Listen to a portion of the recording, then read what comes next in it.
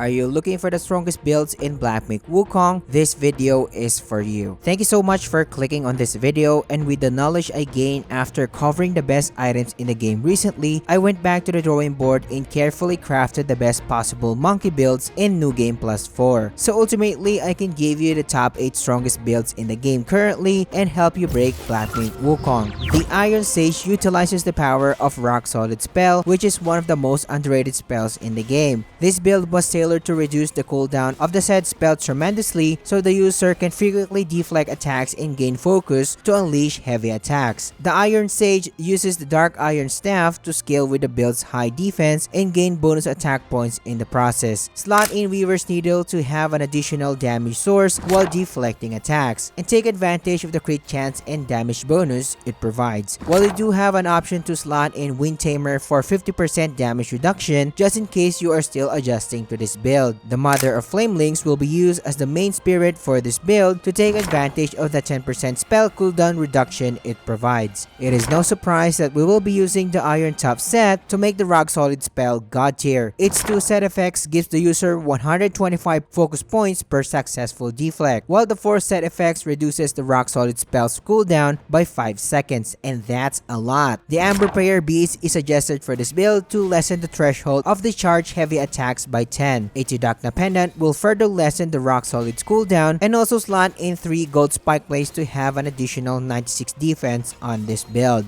We will be using Supreme Gourd in this build with Sunset of the Night Skies for the drink, Copper Peel, Laurel Buds, and Tiger Relic for the soaks. Using medicines like Evil Repellent Predicament, Enhanced Tiger Subduing Palette, or Amplification Palettes are suggested for all of the builds that I will be showcasing in this guide. Since all of these builds are crafted in New Game Plus 4, I am expecting that all of your skill trees and relics are already maxed, so I will not go into the details for the sake of the video and to save you time as well. But ensure that Rock Solid is going to be upgraded to the full, and the other spell that I use in this build is Immobilize. Playing the Iron Sage is straightforward. Use the medicines to gain useful buffs, cast Mother of Flamelings to deal damage over time and burn status to targets, and cast the Weaver's Needle to have another damage source, and go into town by performing light attack combos. Deflect incoming attacks with Rock Solid, and enemies will be powerless against you if you time it right, and they will most of the time be staggered and give you ample amount of opening. With this build, Rock Solid will have an insane 4-second cooldown, making you a walking tank if you use this spell correctly. The Iron Sage is worthy of the top 8 spot on this list,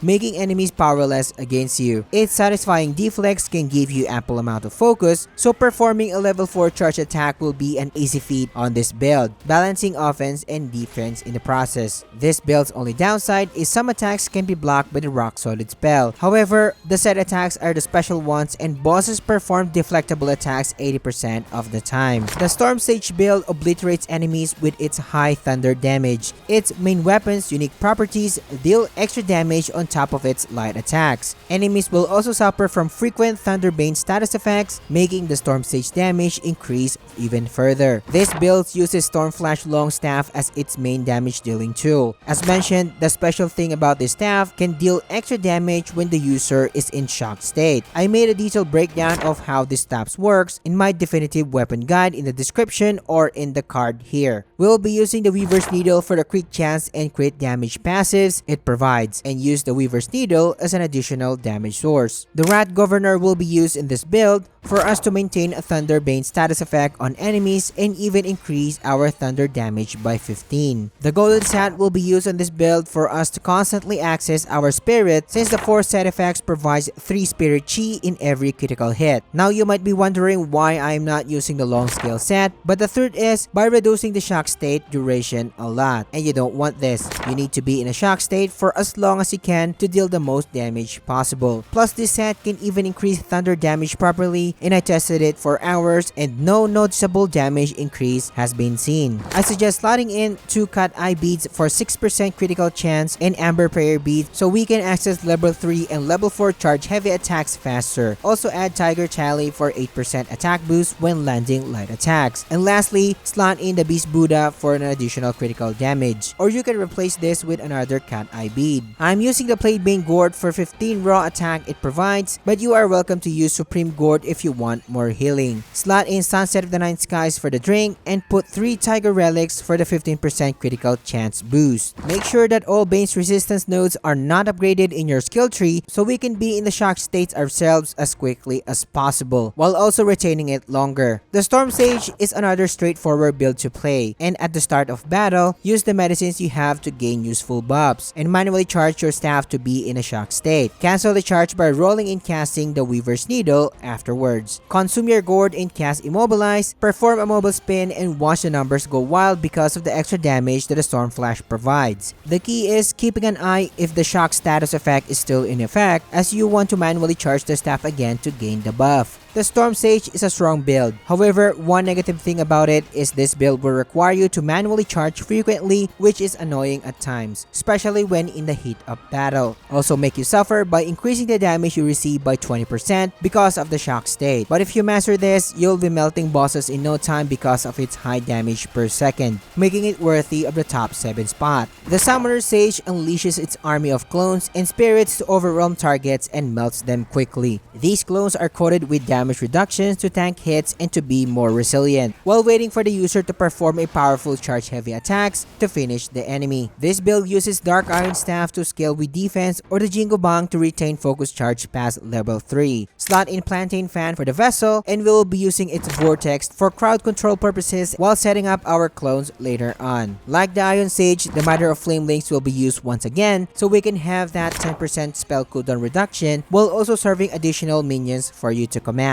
This is a clone heavy focus build, so wearing the Ochre set is highly suggested. This set's 3 set effects grants a 20% damage reduction on your plucked clones, making them tankier in combat, especially useful in higher new game cycles. The set Mythic bonus provides an additional clone when you cast a level 4 charge attack, so that's another soldier for you to command. The Tridacna Pendant will be used once again to lessen the clone's cooldown. Equip 3 pieces of Beast Buddhas to gain 27% critical damage bonus. And lastly, slot in gold button for the additional 15 attack points it provides. Since you will be dealing with Cloud Step, the Auspicious Lantern is also suggested depending on your preference. We will be using Supreme Gourd in this build, with Long Bound for the drink, Breath of Fire, Slumbering Beetle Husk, Beam Mountain Stone, and Turtle Tear. The main spell that we are going to use in this build are the Ring of Fire, Cloud Step, and of course, a Pluck of Many Clones. Also, note that you are free to use any transformation you prefer in any of these builds. Playing the Summoner Sage is a little bit advanced, but I will run you through it. I've showcased this build in my top armor sets guide, and in the start of battle, pop those medicines and cast Mother of Flamelings. Cast Cloud Step to avoid the boss's first attack, cast the Plantain Fan to protect your minions from the boss, then cast your clones. Quickly place the Ring of Fire and drink your gourd 11 times to reduce the cooldown of your spells. This is where the RNG comes in, since the 15% gourd charge skip upon usage needs to take effect. Once the clones are ready, use it again to cast another batch of clones. 12 of your clones are now active in the field, then cast Cloud Step to gap close into the boss and cast another Ring of Fire. From here, you can manually charge and cast a level 4 charge attack and your clones will follow you, or you can just gank the boss with light attack combos. I always see that your clones are an overpowered spell since from the start when you use it correctly, as bosses can easily be overwhelmed. One downside of this build is that it somehow relies on RNG to work, but most of the time it works since you do have 10 charges for your gourd usage. So the Summoner Sage is worthy of the top 6 spot. The list gets spicier starting from here, and the Vile Sage deletes its enemies by inflicting very high raw damage with poison damage over time. Enemies will surely be melting when put up against this build. The Fuban Stab will be utilized in this build because of its phenomenal 25% added critical chance. The Weaver's Needle is a staple vessel and we'll be using it again in this build. We will be buffing our raw attack power, so slotting in the Gore Eye Taoist. If you can switch during battles, switch to non-able after you deploy the Taoist staff when using this build. This is going to be a potion build, so wear the Centipede set while equipping the Venomous Arm Guards for the arm piece. You will be gaining 20% attack boost when you are in a poison state thanks to its set effects. We are trying to have as much critical chance as possible, so slotting in 3 Cat Eye Beads to have a total 9% added critical chance is a must. Then add 2 Beast Buddha Curios to gain 80% critical damage bonus. Again, I am using the Plague Bane Gourd for the 15 raw attack it provides. But as mentioned, you are welcome to use the Supreme Gourd if you want more healing. Slot in Long Balm with 3 Tiger Relics and a Death Stinger. You can remove 1 Tiger Relic and replace it with a Graceful Orchid to offset the HP loss from poison if you need to. Since you need to be poisoned, I suggest that all Bane resistance nodes are not upgraded in your skill tree, so we can be in the poison state as long as possible. But the difference now is that you will be using Spellbinder to maximize the damage. Playing the Vile Sage is extremely fun, and to actually make it work, at the start of battle, cast your medicines for stat boost and consume a gourd charge to be in a poison state. Deploy the Gore-Eye Taoist, and after that, cast the Weaver's Needle for an additional damage source. I forgot to cast it here, then quickly cast Spellbinder. Go into town by performing light attacks or do a mobile spin to inflict poison on target. You can see that the damage will go wild on top of the damage over time that the poison inflicts. If you followed my suggestions, you will have an 84% of critical hit rate in your burst phase, so no wonder your damage will skyrocket. The Vile Sage is a monster build, and let your eyes be the judge, a build worthy of the top 5 spot. The Wall Sage could easily be the top 1 build for general players out there because of having the highest defense in the game, while gaining or scaling a lot of raw attack from it, increasing the survivability of those who are struggling in New Game Plus 4. This was made possible because of the Dark Iron Staff, since the higher your defense, the more attack the build gains. I would suggest slotting in Weaver's Needle once again, since we already have a lot of defense to survive, but if you still need more, you are welcome to slot in the Wind Tamer. We will be using the Gore-Eye Taoist in the next builds as well, and this build is no different. But if you want more defense, top takes bottom, bottom takes top is suggested. The star of the show, on the other hand, is the original Wukong armor, a set that boosts defense by 24 points for each unlocked relic upgrade. We are trying to have as much as defense as possible, so slotting in 3 gold spike plates and agate jar will add 110 defense in total if you use the top take bottom spirit. Your total should be around 902 defense, and that's a lot. For the last slot, you can use whatever you like, but I am using Tiger Tally on this one. The Plague Bane Gourd is suggested if you want more attack stat, but if you want to increase your chances of survival, of course Supreme Gourd is suggested. Slot in Long Bound with 3 Tiger Relics and Laurel Buds for the additional damage reduction it provides. I believe that using Spellbinder is a must for this build, since you already have tons of defense, but if you wish to play with spells, that's totally fine as well. The Wall Sage is easy to master, and just like in the previous build, before entering the battle, cast your medicine for stat boost and consume your gourd charge for the additional stat boost. Deploy the Gore-Eye Taoist, and after that, cast Weaver's Needle and then quickly cast Spellbinder. You will be demolishing bosses with high damaging stab swings while also maintaining high survivability in combat. A truly amazing build, worthy of the top 4 spot, perfect for players who are still adjusting to higher difficulties. If this guide is providing you value so far, subscribing to the channel, liking the video, and engaging in the comments helps me a lot, and I appreciate your support. It is time for the big guns, or the best of the best, and coming in at top 3 spot, the God Smasher build will take the spotlight. Many people know this build as the Pilgrim one-shot build, however, few people would actually try it because of the complicated rotations and tactics to make it work. Actually, there's a much easier way making this build work, and it makes wondering why to do the job for you. Let's break it down. This build is known for its highest single damage hitting tactic in the game, and even in New Game Plus 4. Enemies can suffer burst damage, losing 80 to 90% of their total HP. You do have an option to equip the Jingu Bang or the Dark Iron Staff for this build, depending on which tactic you prefer later on. The vessel is no doubt the Weaver's Needle to maximize crit chance and crit damage. We'll be using the Gore-Eye Taoist to crank up the damage as high as we can, or you can use the Wandering Wine as a finisher instead. Again, depending on what tactic you will be choosing later on. The Pilgrim set is non-negotiable for this build because of all the passive it provides, and these are required for the whole build to work. Like for example, the ability to consume gourd while sprinting, or even increase your damage while sprinting for 10 seconds for up to 100%. We need to score the highest critical damage possible, so slotting in 3 Beast Buddhas is a must. Auspicious Lantern for the 10% attack boost it provides when under Cloud Step, and lastly, slot in Cat Eye Beads for more critical chance. Use the Multiglaze Gourd for the additional 30% damage it provides when making the last sip for your gourd. The drink will be Long Balm, and lastly, slot in 3 Tiger Relics for more critical chance. You do have an option to use Spellbinder in this build, but if you want the easier path, the staples are Immobilize and Cloud Step. Thrust Stance is also required as well if you don't want to use Spirits as your finisher later on. Playing this build requires specific steps to make it work. So I will be starting with the spirit route first, which is the Wandering Wight as a finisher. You can use the Dark Iron Staff here since you don't need any focus charge in this strategy. Before you enter the battle, cast your medicines to get additional buffs and use Cloud Step to run across the field for 10 seconds. Even if you aggro the boss or the boss sees you, you are too fast so it can't do anything. While sprinting, consume your gourd 5 times. After 10 seconds, sip the last gourd charge and quickly cast Immobilize since crashing this spell will give you a damage bonus. And finally, use the Wandering Wight as a finisher. You will be seeing more than 20k damage if you use this correctly. The second strategy is a staff finisher route with the Jingu Bang. Before the battle starts, cast your medicines including the enhanced Ginseng Pellet to gain maximum focus points. Place the Gore Eye Taoist Staff and cast Cloud Staff. Sprint 10 seconds while you are consuming your gourd 5 times. After 10 seconds, sip the last gourd charge and cast Immobilize and roll and release a level 4 thrust charge. While you can use Spellbinder with this strategy by just replacing the Cloud Step with Spellbinder. It is clear to see how powerful this build is. However, not everyone is willing to do all of these steps just to one-shot a boss or to just burst it down. I can also see the argument where this build is hard to sustain because it requires enhanced Ginseng Pellets, but since you can actually use the Wandering Wight as a finisher without a need for the enhanced Ginseng Pellet is out of this world. Since you can disregard this con thanks to the Wandering Wight, it is a huge plus. This build is worthy to be the third strongest build in the game.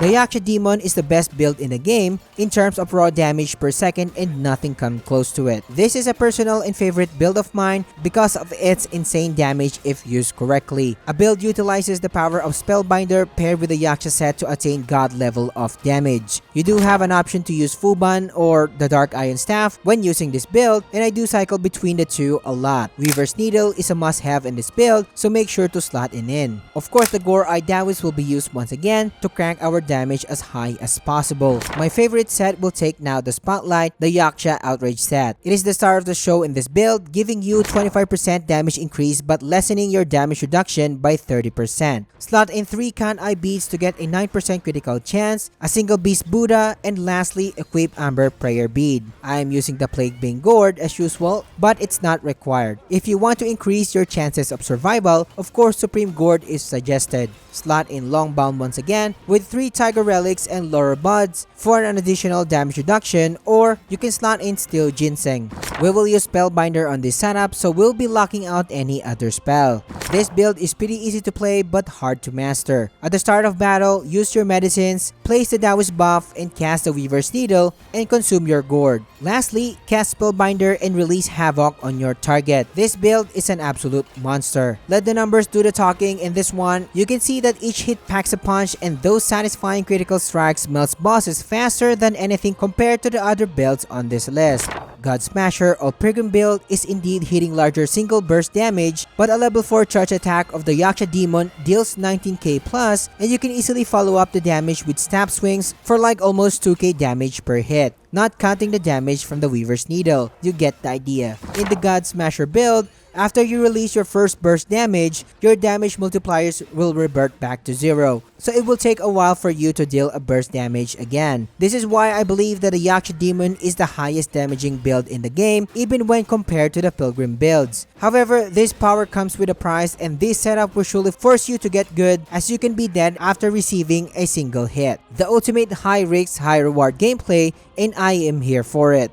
I firmly believe that the Stun God is the best build in Sun Wukong, not because of the damage but because of its insane crowd control capabilities, making bosses clowns by stun locking them under long periods of time if you manage your resources wisely. The Fuban staff is non-negotiable for this build as we are trying to reach the highest critical chance possible. The Plantain Fan is highly suggested for crowd control purposes later on. The Apramana bot will take the spot so we can freeze enemies effectively in combat, adding more crowd control capabilities. On the other hand, you can use the non-able instead to stun lock targets. Few stab swings will recharge its key and be ready in no time, making this a deadly loop of stun locks. If you want straight damage, I like using Tiger Acolyte. You will frequently summon this guy and deal great damage, and most of the time deal critical strikes. The golden set makes this build work by generating chi for spirits and vessels when dealing with critical hits, so you can effortlessly have access to your spirits and vessels in combat, while also giving you 15% attack boost when casting spirits or vessels. Again, we are trying to get as much as critical chance as we can, so slotting in 3 cat eye beads is a must. Amber prayer beads will return for faster access to higher charge heavy attacks, and lastly, slot in Beast Buddha for more critical damage. Supreme Gourd is the one that you need with the Sunset of the Nine Sky drink. This will come in handy when you need a quick chi refill in clutch moments. Gourd soaks should be 3 tiger relics for us to increase our critical chance further. Nothing really special going on in the skill tree, just make sure you have immobilize at max and you use whatever spell you prefer. Compared to the other builds mentioned in this guide, the Stun God build doesn't require that much of an effort to be fully utilized. At the start of the battle, cast your medicines and quickly cast Plantain Fan to immediately stun lock the target. While the target is caught in the vortex, do some quick light combos to deal damage. Once the vortex is gone, cast Upper Mana Bot to freeze the enemy this time around.